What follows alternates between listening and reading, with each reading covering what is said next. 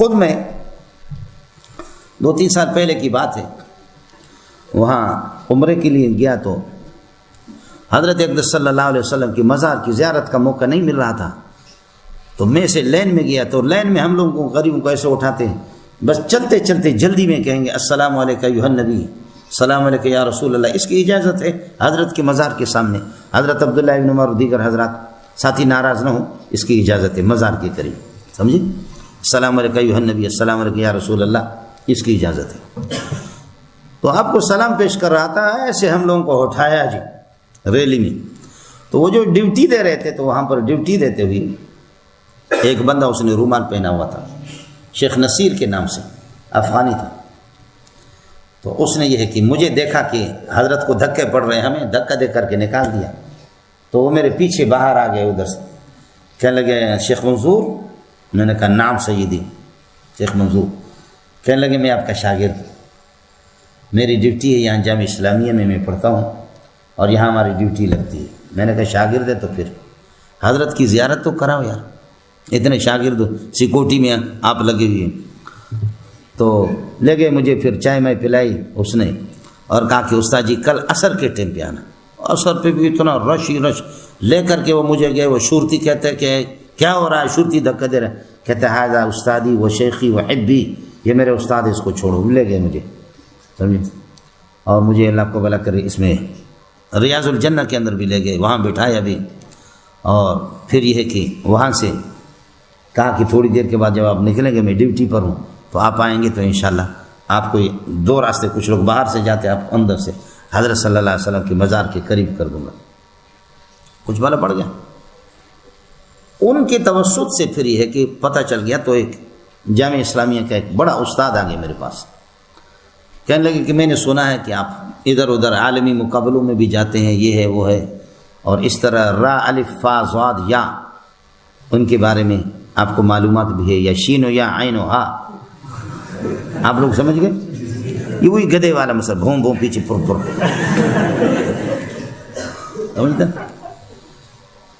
تو ان سے میں نے پوچھا، کہنے لگے ہم کام کر رہے ہیں، اس طرح کام کر رہے ہیں، اس طرح کام کر رہے ہیں۔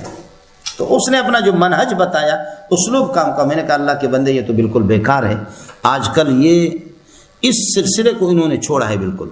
یہ ہمارے اکابرین نے جو پرانے حضرت نانوتوی نے کام کیا ہے، شیخ رشید گنگوئی رحمۃ اللہ علیہ کے ہدیۃ الشیعہ وغیرہ، اور امام اہل سنت مولانا عبدالشکور لکھنوی، یہ ہمارے کسی کام کے بھی نہیں ہے، وہ چیزیں متروک ہے۔ اب یہ لوگ اس راستے سے نہیں آ رہے، راستہ انہوں نے بدلا، اب ہماری کتابوں سے، رجال کی کتابوں سے، اور ہماری اصول حدیث، اصول فقہ کی کتابوں سے ہم پر بمباری کرتے ہیں۔ اب طریقہ یہ ہے، اب اس راستے سے دشمن آ رہا۔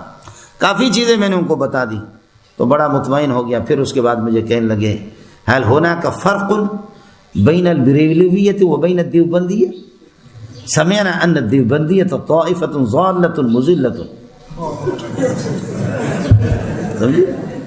دیوبندی اور بریلوی دونوں کے دونوں مشرکین، دونوں میں فرق ہے۔ میں نے کہا شیخ فرق نہیں بلکہ فروق کثیرت، ایک فرق نہیں ہے بلکہ فروق ہے۔ پھر اس کو میں نے بتا دیا، سمجھے؟ میں نے کہا دیوبندی موحد ہوتا ہے لیکن مشرک دیوبندی بن کر کے آتا ہے، سمجھ میں نہیں ہے۔ دیوبندی تو موحد ہوتا ہے، جو موحد ہوتا ہے وہ دیوبندی ہوتا ہے، لیکن مشرک دیوبندی بن کر کے آتا ہے۔ طالب علم چور نہیں ہوتا، چور طالب علم بنتا ہے۔ طالب علم چور نہیں ہوتا بلکہ کیا ہے، چور طالب علم بن کر کے آتا ہے۔ حضرت ثانوی کو کہا طالب علم بھی چوری کرتے، فرمایا نہیں، طالب علم چوری نہیں کرتے، چور طالب علم ہی کرتے۔ صحیح دیوبندی وہ کبھی مشرک نہیں ہوتا، مشرک دیوبندی بن کر کے آتا ہے، تاکہ دیوبندیت کا ایک بڑا نام ہے، میرے شرکیات کو اور میرے خرافات کو مارکیٹ کے اندر یہ ہے کہ لوگ اس کو قبول کر لیں۔ اس کو پھر میں نے بتا دیا، میں نے کہا آپ سے مجھے لینا دینا کیا ہے۔ پھر اکابرین کی کتابیں بتائی، یہ چیزیں ان کو بتا دی۔ ماشاءاللہ آدھا پونا گھنٹہ لگے، ایسا ہمارا عاشق ہو گیا، کہنے لگے اللہ کے لیے مجھے ٹائم دے دو، کل میں آپ کی دعوت کرنا چاہ رہا ہوں۔ میں نے کہا دعوت کل تو ہم لوگ جا رہے ہیں۔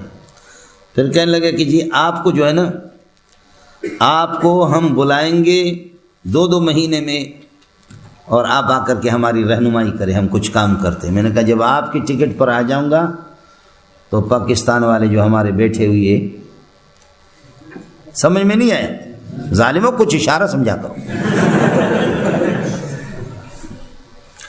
میں نے کہا آپ کی ٹکٹ پر جب آ جاؤں گا تو انشاءاللہ ٹھکانے پر لگ جاؤں گا، میری توبہ ہے کہ آپ کی ٹکٹ میں ویسے آ جاؤں، اپنے پیارے کی زیارت کے لیے آ جاؤں گا، اور حج عمرے کے لیے ہم آئیں گے تو آپ سے ملیں گے، جو خدمت آپ ذمہ لگانا چاہ رہے ہیں، لیکن یہ کہ یہ نہیں۔